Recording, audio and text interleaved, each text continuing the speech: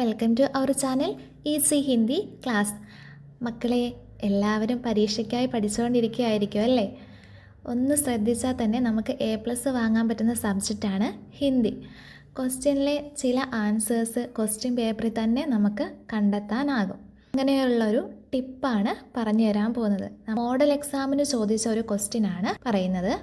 ഏക്ക് തിൻക കവിതയുടെ വരികൾ തന്നിട്ട് അതിൽ നിന്ന് ക്വസ്റ്റ്യൻ്റെ ആൻസർ എഴുതാനാണ് പറഞ്ഞിരിക്കുന്നത്. 8ാമത്തെ ക്വസ്റ്റ്യൻ നോക്കുക. സമാനാശയവാലി പങ്ക്തിയ കവിതാസി ചുൻകർ ലിഖി. സമാനമായ ആശയങ്ങൾ വരുന്ന വരികൾ കവിതയിൽ നിന്ന് എഴുതാൻ വേണ്ടിയിട്ടാണ്.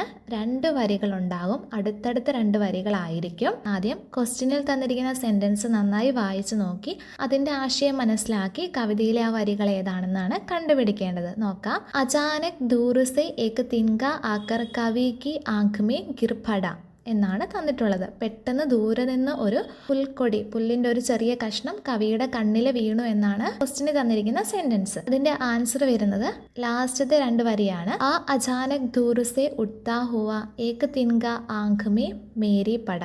ക്വസ്റ്റ്യന് ചോദിച്ചിരിക്കുന്ന സെൻറ്റൻസ് എല്ലാവർക്കും മനസ്സിലാക്കാൻ പാടായിരിക്കും. അങ്ങനെ മനസ്സിലാകാതിരിക്കുകയാണെങ്കിൽ എങ്ങനെ കണ്ടെത്താം എന്നുള്ളൊരു ട്രിക്കാണ് പറഞ്ഞു തരുന്നത്. ചോദ്യത്തിൽ തന്നിരിക്കുന്ന സെൻറ്റൻസ് ശ്രദ്ധിച്ച് നോക്കുക, അതിലെ ഓരോ വാക്കുകൾ നോക്കുക, അത് കവിതയിൽ എവിടെയാണ് വരുന്നതെന്ന് നോക്കുക. ഇവിടെ അചാനക് ദൂർ സെ അത് കവിതയിലുണ്ട്, ഏക് തിൻക കാണാൻ പറ്റും കവിതയിൽ, ആങ്ക് മേ ഗിർ പട എന്നുള്ളതും കവിതയിലുണ്ട്. അപ്പം മനസ്സിലാക്കുക, ആ 2 വരിയാണ് ഇതിൻ്റെ ആൻസർ ആയിട്ട് വരുന്നത്. സിമ്പിളാണ്. ക്വസ്റ്റ്യന് ചോദിച്ചിരിക്കുന്ന വേർഡ്സ്, വാക്കുകൾ കവിതയിലുണ്ടോ നോക്കുക, ആ വരികളാണ് എഴുതേണ്ടത്. എപ്പോഴും 2 വരിയായിരിക്കും ആൻസർ വരിക, അതും അടുത്തടുത്ത വരികളാണെന്ന് ഓർത്ത് വയ്ക്കുക. ഇതുപോലെയുള്ള ടിപ്സ് ആവശ്യമുള്ളവർ സബ്സ്ക്രൈബ് ചെയ്ത് കൂടെ കൂടിക്കണേ.